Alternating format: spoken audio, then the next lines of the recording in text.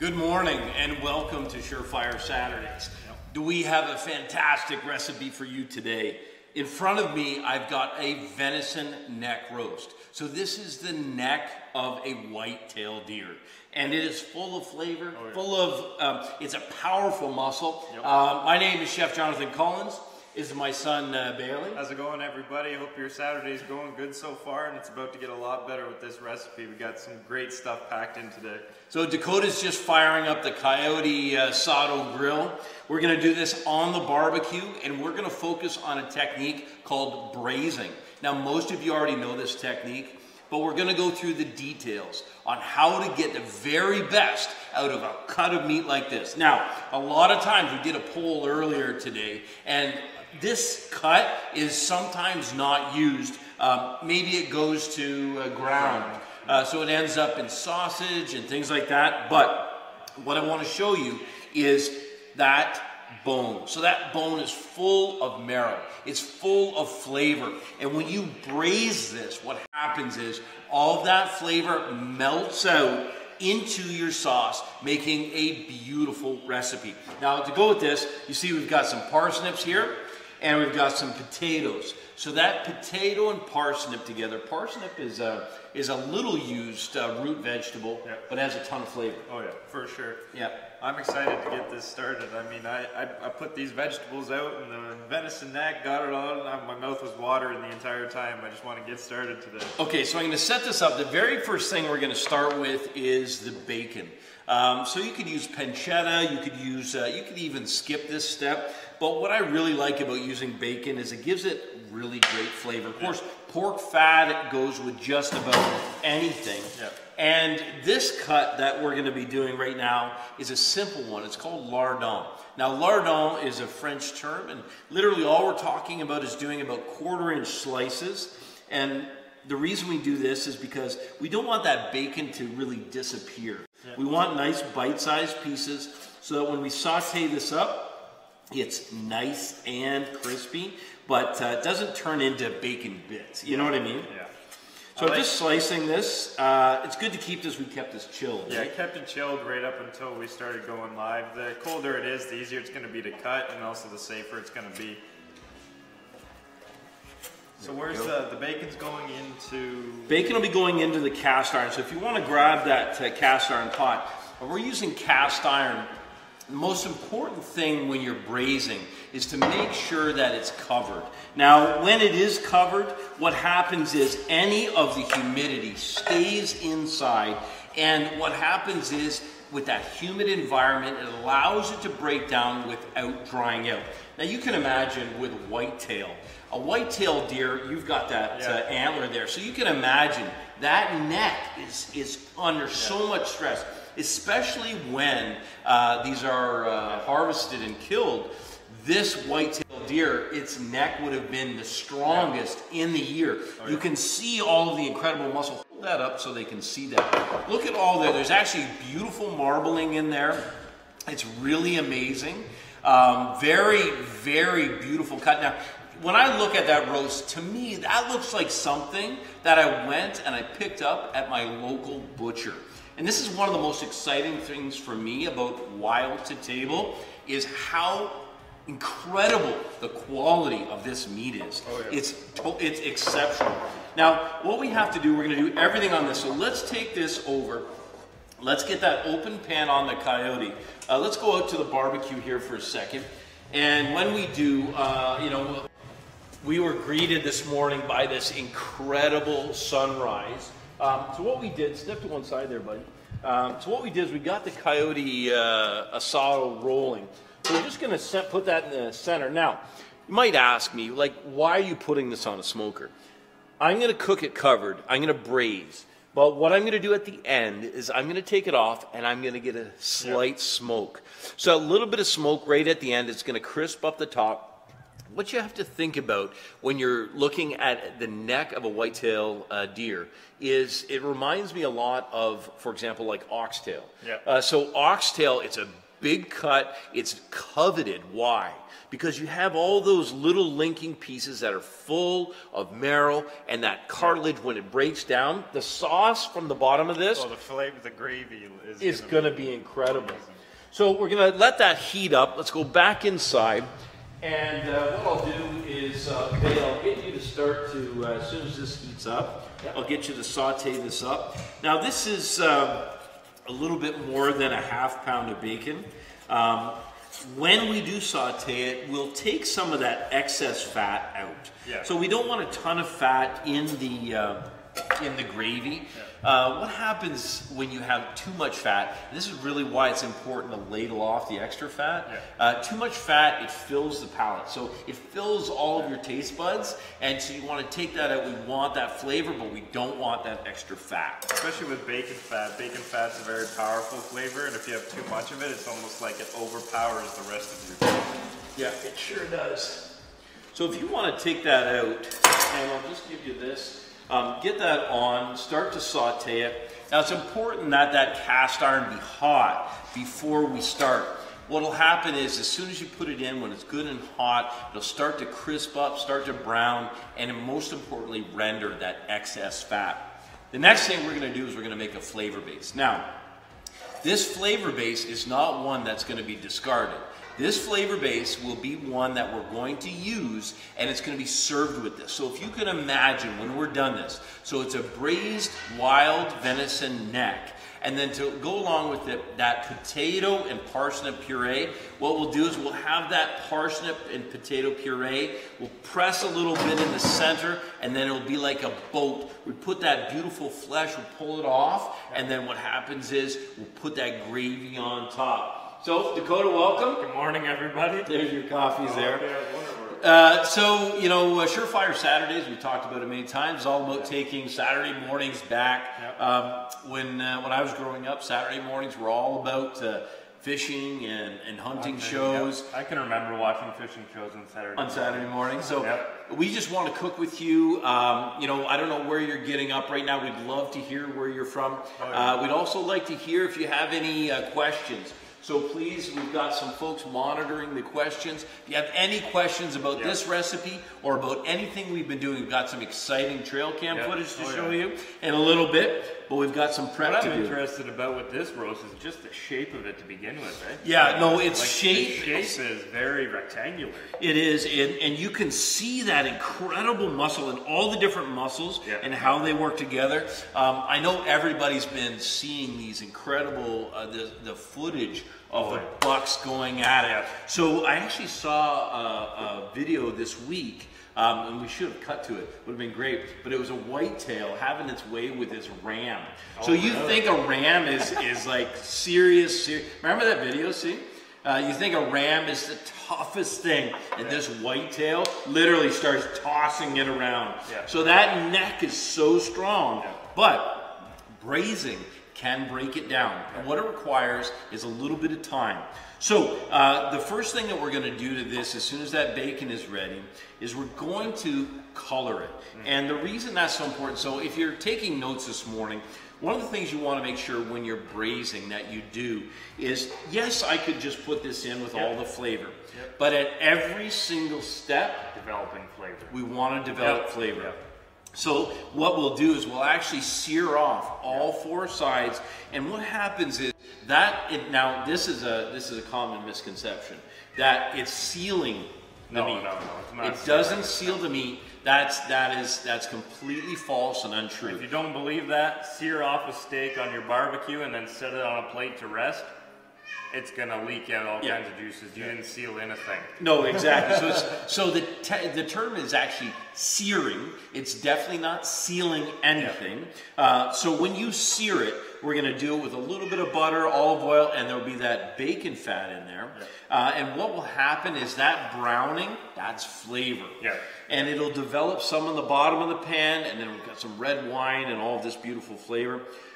Bailey, I think what I'm going to do is I'm going to put you on potato peeling.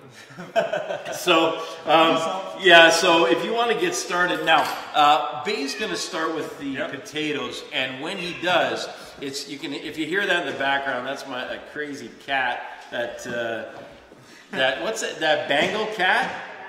The only reason I agreed to this cat is because I figured when he goes, he's going to make a really nice rug because it's a fur-bearing cat. Sorry for all you cat lovers out there. But anyway, so yeah, if you want to peel that, and then one thing that's really important when you're doing potatoes is, you know that discoloration that happens when you're working with potatoes. They begin to oxidize, just like apples or pears. And so what you want to make sure to do is to have a pot that's about 3/4 filled with water, and start with cold water. Always with cold water, right? With potatoes. Oh yeah. I'm going to bring it, I'll put it up there for you, buddy. And then so it cooks faster, what we'll do with these two is we'll just slice them in half. So there's a paring knife there, so you can just literally nick it as you put it in. And this will help to speed things along. Again, just filling with some cold water. And you know, every step is an important step when you're cooking. So in this case, we are going to add some seasoning and some flavor. I'm going to get some fresh bay leaves out here. I feel like all I've been doing is peeling potatoes for 2 weeks between Thanksgiving specials and our own holidays. It's been crazy. I saw another, I'll give you I saw another one. There we got some cool white cell footage to show you today, guys. We got a trail cam up on Dakota's new property as he drops a potato. And honestly, this buck is, for around here, he's a giant. Yeah. Yeah. So I've got a few bay leaves going in. So I'm going to put 3 bay leaves in. Now listen, these recipes, we're going to release them as soon as this broadcast is finished. The other thing that we're going to do is we're going to come back. Obviously, this is about 3.5 hours of cooking time. Yep. So when we come back, you're going to be able to see us finish this dish because we want you to see where it begins and where it ends, and we don't want to have to rush through it in any way. I'm just pulling out some bay. If you want to get together those, just take a minute and get me those fresh herbs. Yep. That would be great. So again, the neck is ready to go. I'm going to check out, I'm going to go to the barbecue real quick, and I'm going to check on that bacon. Okay.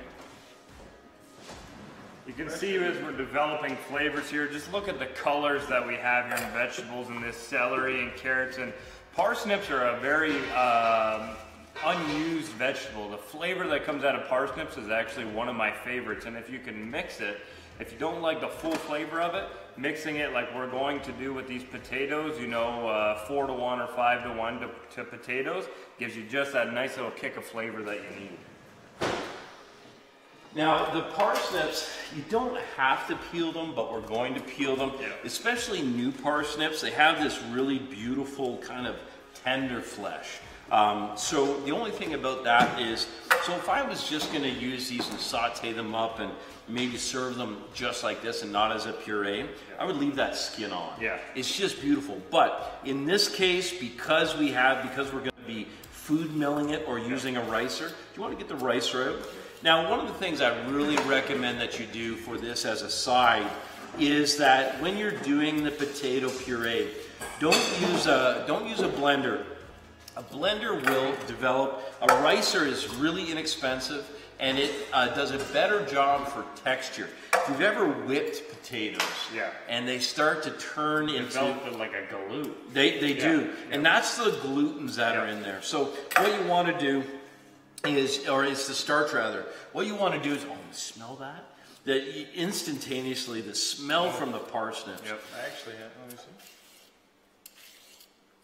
Oh yeah, that's good, eh? Yep. Now, would you say the skin on a parsnip is tougher than a carrot, or is it it's very similar. So very, very similar. Now this is going to be something. So this is not a real refined finish. What we want to do is basically chunks of parsnip, chunks of potato, because they're going to go into the food ricer. Or the other thing, grab the food mill. It's right behind you there. It's in that drawer. In that same drawer? Yep, same drawer. I believe it is anyway. Got it? So if you don't have a ricer, maybe you've got a food mill. So these are both really effective ways to gently turn these into really, the texture is as important as the flavor. There you go. Food mill. Food mill. So what I'll do is literally, I'm just going to trim these, the top off. And you don't need to waste very much of this at all. What I've always done is taken the thickest side. That's parsnips in particular have very large tops. So I'll literally take and just quarter this. And you see, I'm just going to make the sizes about the same size as the potato. I'm going to put them right in with the potatoes. It's going to help to flavor that. It'll also make it just perfectly tender so that when it comes time to put those together, I'll have perfect texture and perfect cooking. So if you're just joining us, this is a potato puree made with parsnips. We're going to use a little bit of brown butter. I love using brown butter for flavor. It's an easy way to get intense flavor.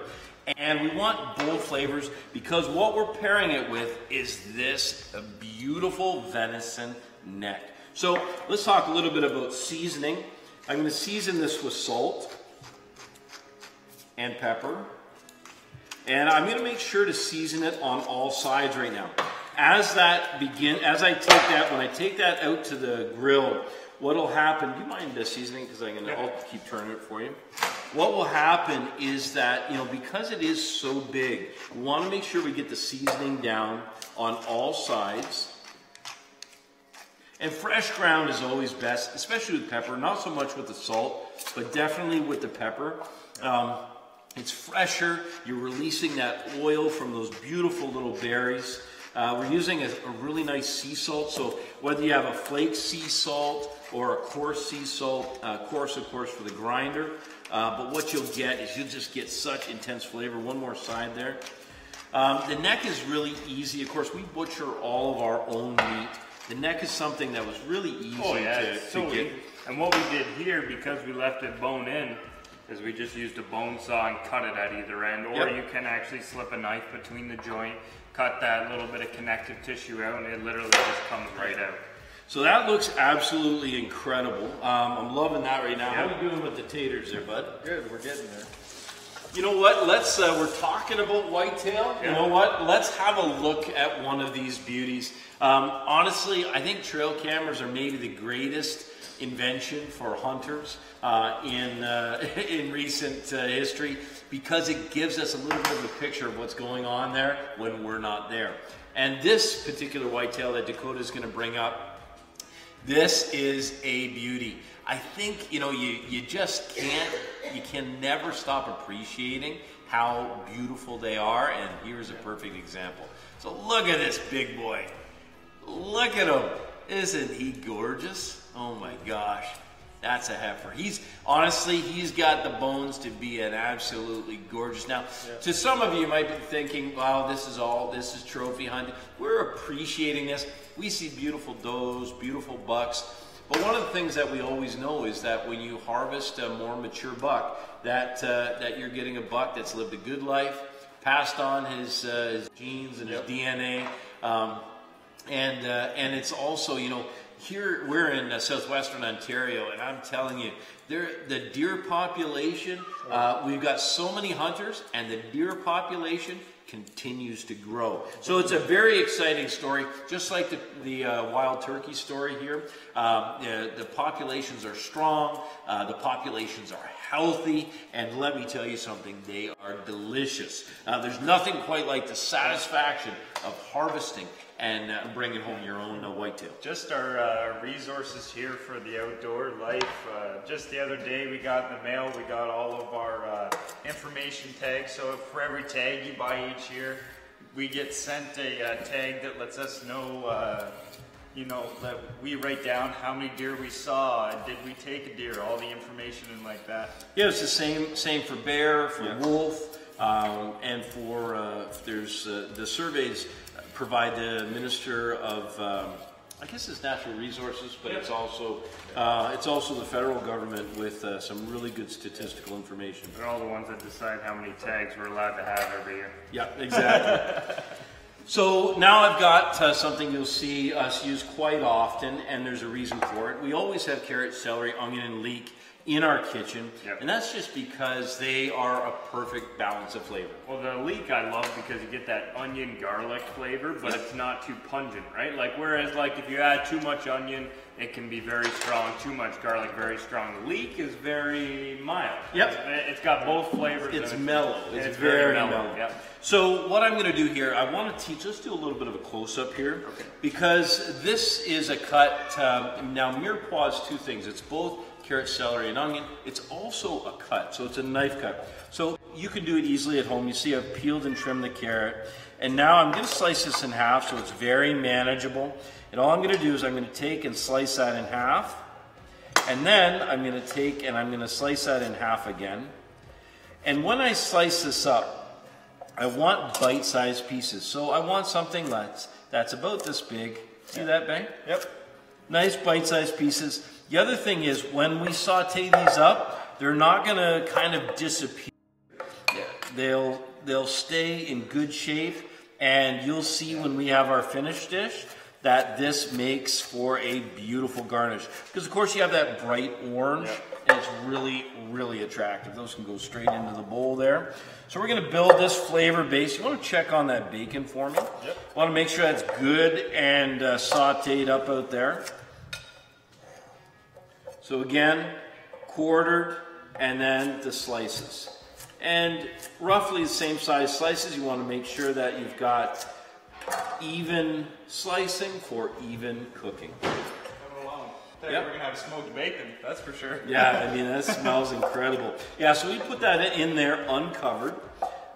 You can imagine this is something, so if you're making this at home, this is definitely something you can do a day or even 3 or 4 days in advance. Yeah. So if you've got a day where you maybe have some free time and you want to prepare it, say for a Saturday or Sunday meal, this is a great dish to be able to do it in advance. And just on that note, I know a lot of people out there, they're trying to diet or maybe try to do stuff like that. And one of the major hard parts about that is time. You know, you never have time to make the right meal, so you always end up going to the freezer or going out. And one of the best things you can do is, like my dad just said, take a day, make some mirepoix. You know, you can make chili, pasta, any dish you want. And if you make those meals ahead of time, have them in the fridge, have them ready, that's a great way to kind of keep yourself on track. So, Claude, let's have another close look here. So what I've got is with the ribs of celery, I'm going to take and I'm literally just slicing them in half. And then one of the things you'll notice about this cut is how familiar that looks like to the size of those carrots. So again, what I'm doing is I'm making uniform cuts. This is good for both cooking time. It's also good for serving. So when I'm serving this, I don't have a bunch of different sizes. It looks so incredible, those colors together. And the celery and the carrot and then the leek is just a perfect combination. So now let's teach the mirepoix cut here with the onion. It's a really easy cut. I'm going to take the tip and I'm going to take the root off and then literally just slice this in half. Smells so good. Yeah, I remember the first time you this, I always did the thing where you lay it down, you go like this and you chop really fast all the way around, and it takes longer, and honestly it feels a little dangerous. And this kind of just made everything a little easier, a little faster. So just peel, these are really fresh onions, which I love. They smell so good. The skin is very thin. We might have to do a couple of these. How long before that bacon's done? Did it ways out yet, or? 5 minutes? Okay. So for this cut, all you do is quite simply take and judge the size of the onion. So this I can go by 4 and turn it sideways and then slice again. And you'll see I get those really, really nice size pieces that are very similar to what I've already cut.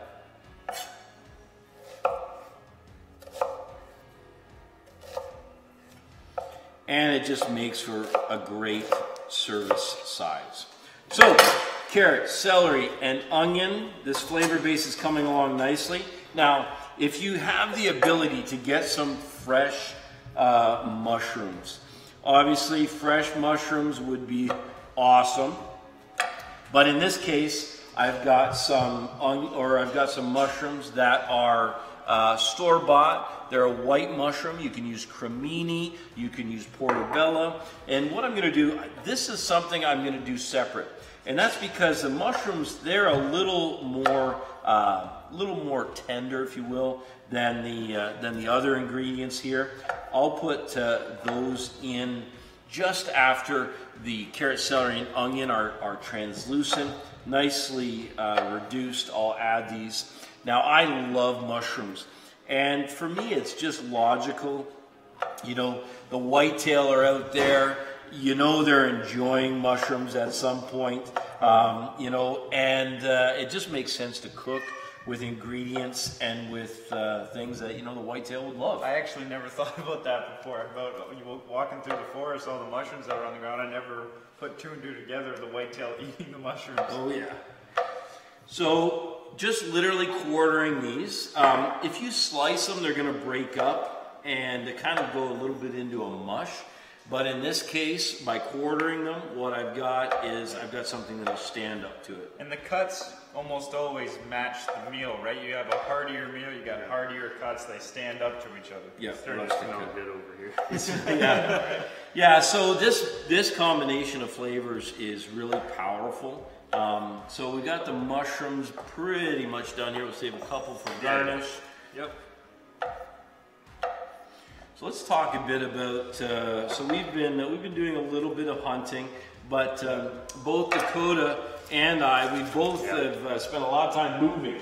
Yeah, we both just moved. As we've said before, my dad, he moved to this farm here that we're at now, but I also just moved to a farm.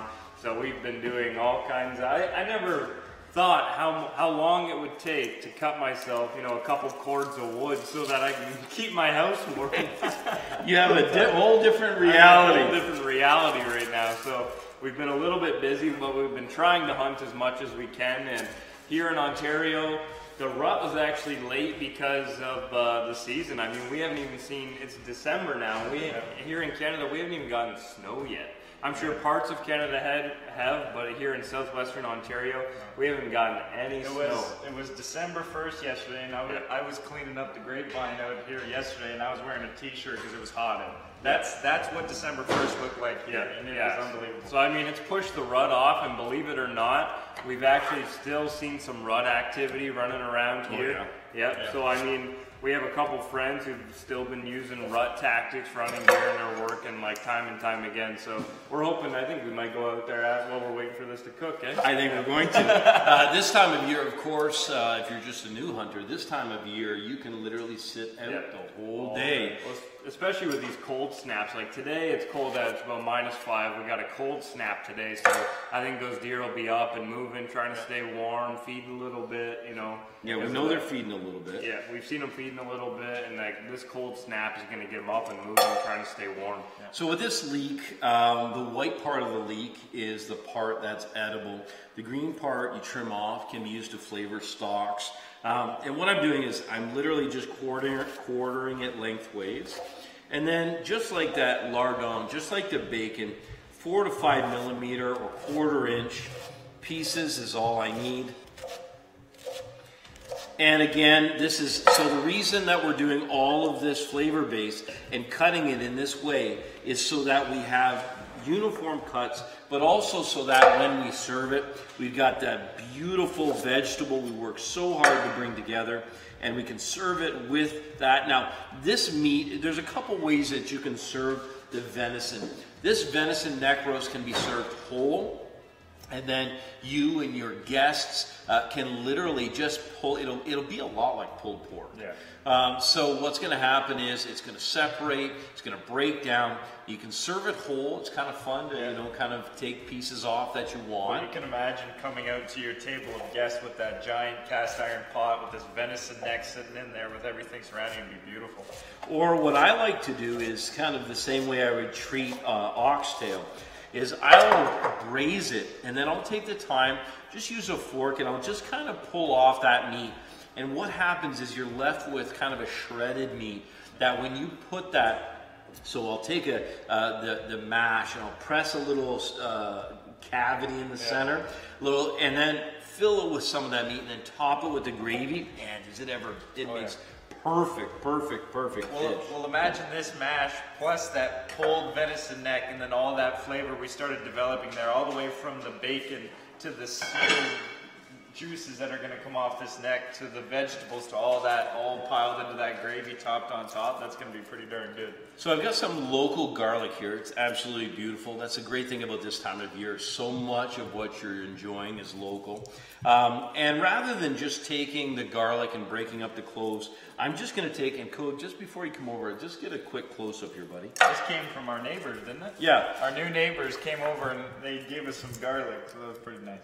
So I'm literally just going to take, and I'm just going to nick off the top. So have a look at that. How gorgeous is that? You can see those little what they call the, it's like the germ or the what would grow to be a new plant. And literally, I'm just going to take that. When the time comes, I'm going to put that in just like that. I'm going to put it in whole. All you have to do is just make sure that there's no dirt on it. And I'm just taking off any of that excess. And we'll just set that aside there, Dave. And that is looking just perfect. So our neck is seasoned. You'll notice here, let's get that on the stove. Now, Bailey's got that potato and parsnip puree. Cold water. Now, this is a really important step, Babe. Just bring it back for 1 second. What I'm going to do, I've got some salt here. I want to show you how much salt. So grab me a spoon there. And this is one really important thing. Whenever you're starting off something like potatoes or you're blanching something, you're pre-cooking it, it's really important to season the water.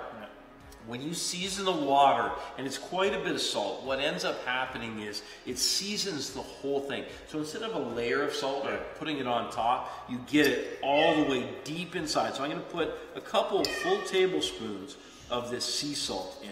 Well, your guests, instead of having to sit there with the salt and go like this and cover the salad, just kind of have that stuff sitting on top, they take that first bite of their meal and it's already just infused with that flavor, and it just helps a lot. So I'm going to put a sprig of thyme in there, and then I got to grab some parsley as well. So the fresh parsley, let me see, where'd our parsley go? Parsley? Parsley, there we go. So we got some fresh parsley. Now, parsley is something that always goes in a bouquet garnier, or in this case, it's just literally just a flavor base. And all you have to do, you can literally just pull off a stem or two, and then, Bae, that's literally, we're just going to put that in the water, just like that. So lots of flavor. That can go on the stove. Could you have a close-up of what that looks like, just for folks at home? So you can see what that looks like. That's going to flavor that water, and that's going to give us a beautiful, beautiful mash when the time comes.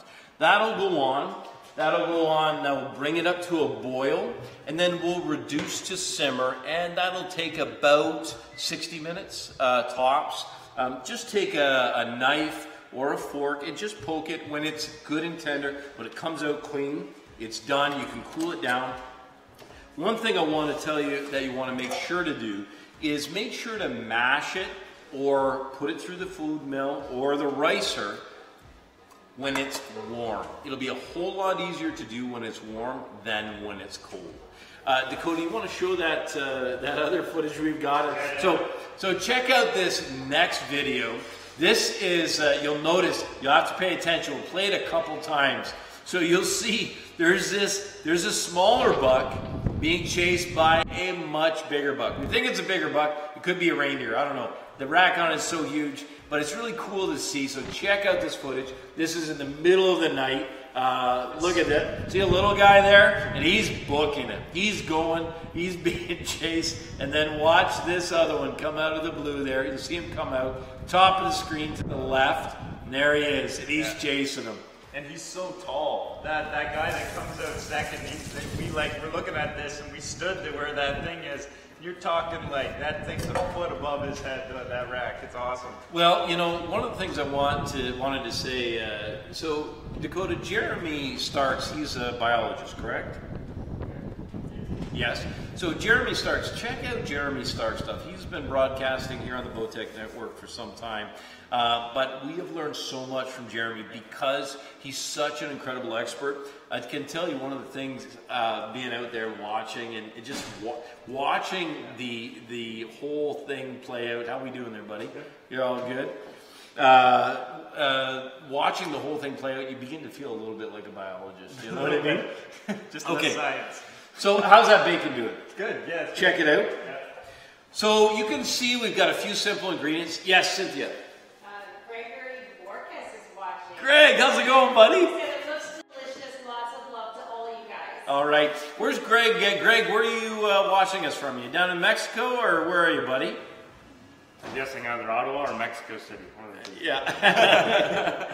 So you can see with just a few simple ingredients. So again, a carrot, celery, and onion and leek. That's like the outdoor chef. Yep. You always got to have it in your kitchen. And the funny thing about all of those ingredients is that they're actually very easy to take like into the woods with you. Like Yes. if you're going to bear camp, moose camp, deer camp, wherever you're headed, these ingredients, they'll hold up in a cooler, they'll last you, they're not going to get beaten up like And they don't have to be refrigerated. No. Even the celery, and I can tell you if it goes even like a little limp in that, fine. don't worry about Throw that. it in the sack. It's not for a salad. When you're cooking it, as a matter of fact, some of the stuff that gets a little older, a little fatigued, it's better developed because it's a little bit. One of the things we always want these pristine vegetables and fruits, but if you think about meat. Yep. Proper meat is always dry aged, 28, 32, Yep. some people even longer than that. And what happens is the decay begins to set in. Yeah. So natural things begin to happen, and it's the same thing with fruits and vegetables. Yep. Well, so, for example, basil is a perfect example. I love. Okay, yeah. So basil, if you're cooking with basil, not for fresh, but you'll notice basil sometimes goes a little bit black. Man, if you're It's fine. it tastes delicious. Well, think about like, for example, an avocado. Yep. An avocado, if you go to the grocery store, pick it up, and it's hard as a rock, you're clearly not going to buy that avocado because it's not ripe. It's the same thing. If vegetables are, there isn't such a thing as too fresh, but as they get older, they just develop more flavor in my mind. And actually, like, even to that point, certain fruits and vegetables have actually been proven to, they start to turn bad. Like bananas is a great case. Oh, yeah. Some of the things that develop as they start to rot have actually been proven to help your body with sicknesses and stuff like that. You know what? Everybody's been listening to this bloody cat all morning. You want to grab him and we'll show you. So this is Zuma.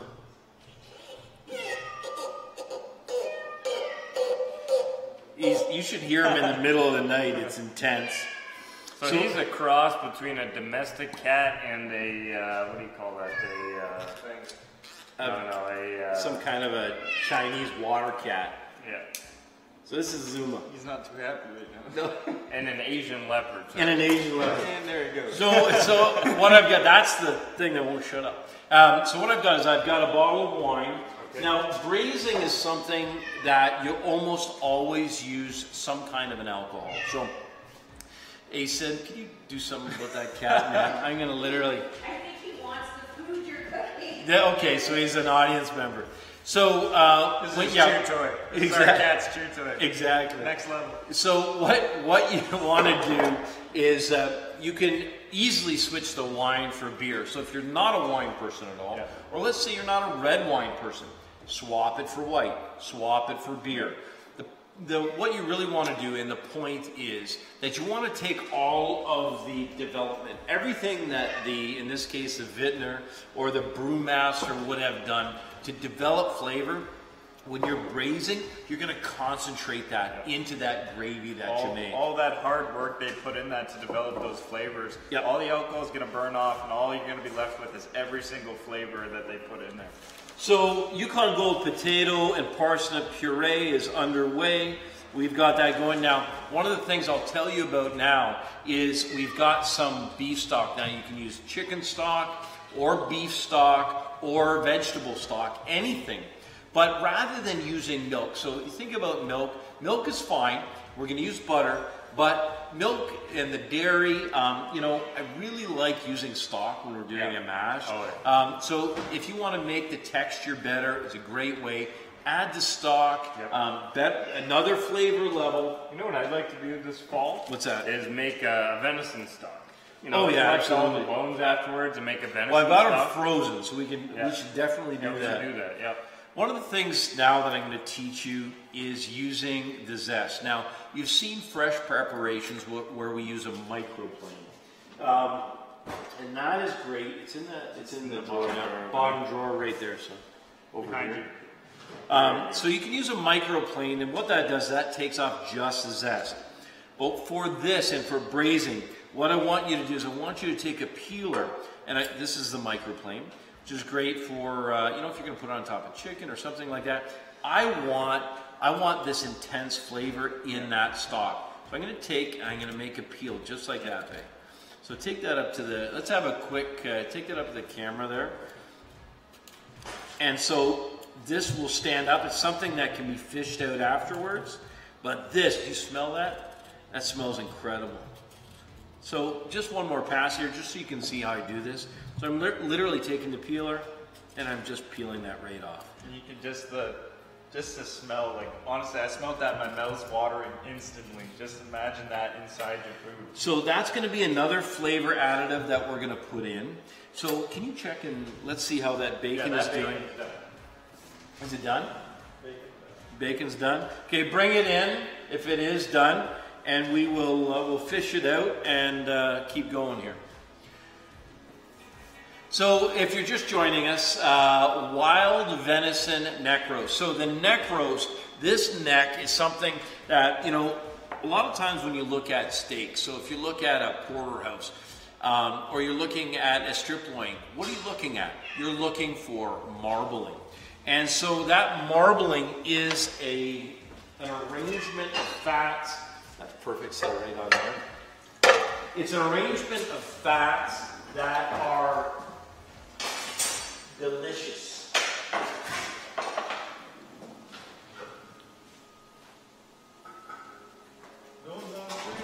Going down the screen, I'm back. Okay, so just grab me a bowl. Now, so this is an important step.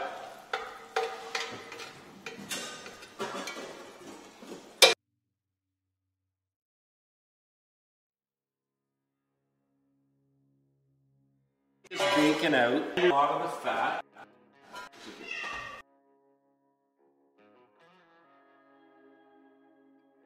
About any of the bacon.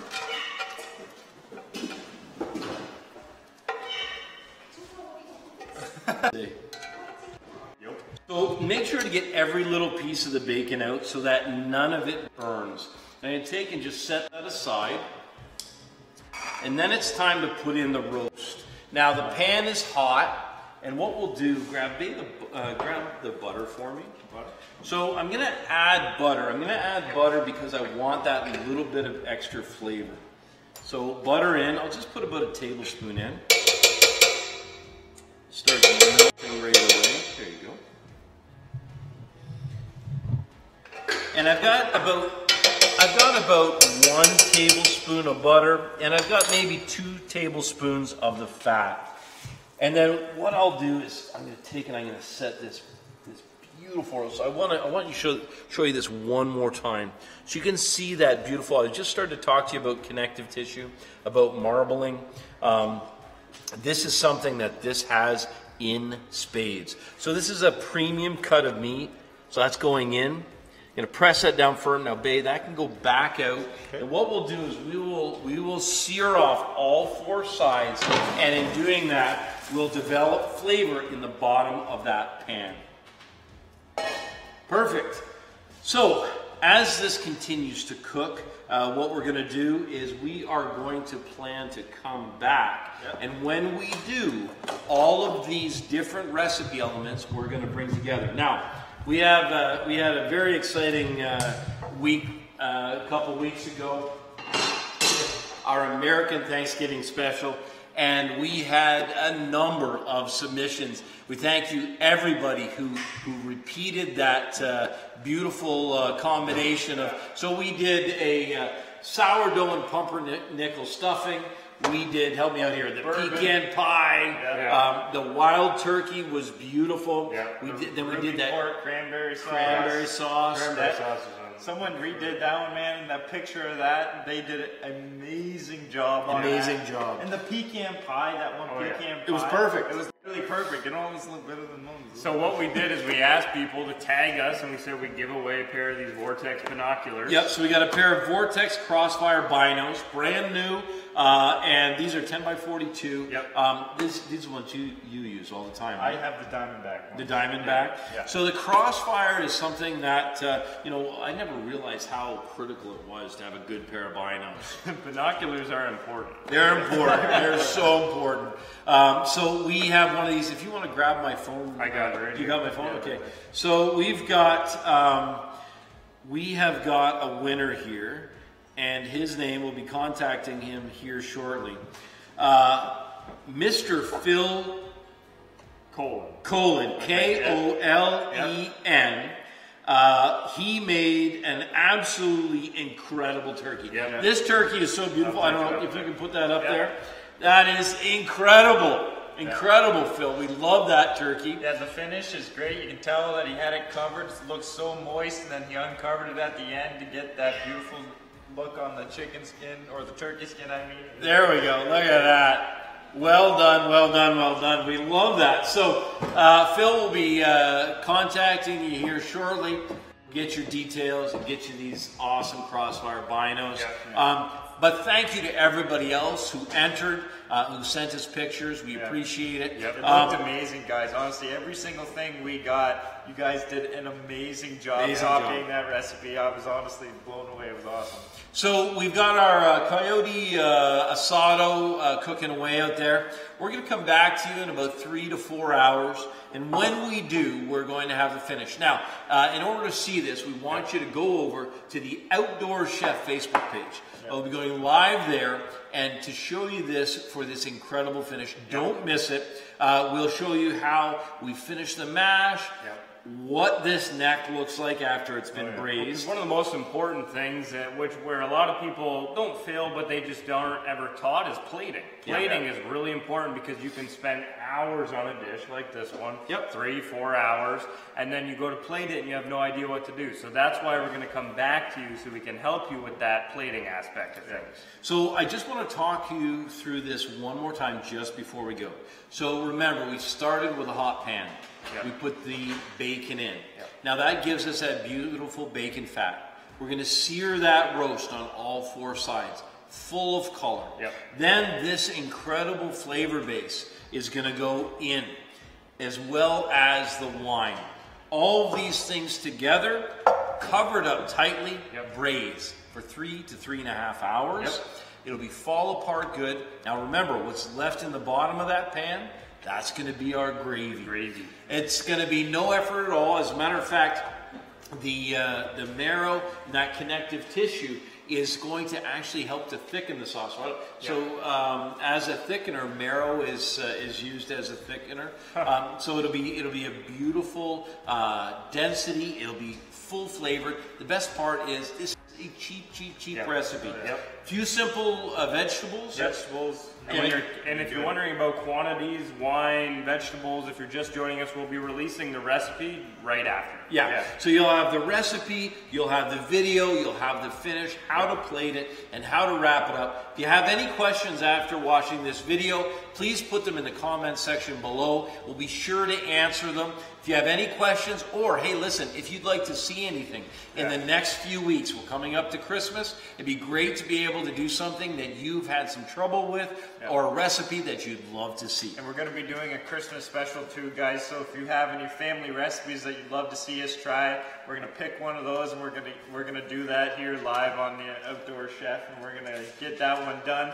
We got the Christmas coming up. Any recipes you guys want to see, let us know. And listen, you're not going to want to miss next week, because next week is when we're going to do our favorite things. So the Outdoor Chef, we've got some great partners. We're going to go through our very favorite gear that we've used over the past 12 months.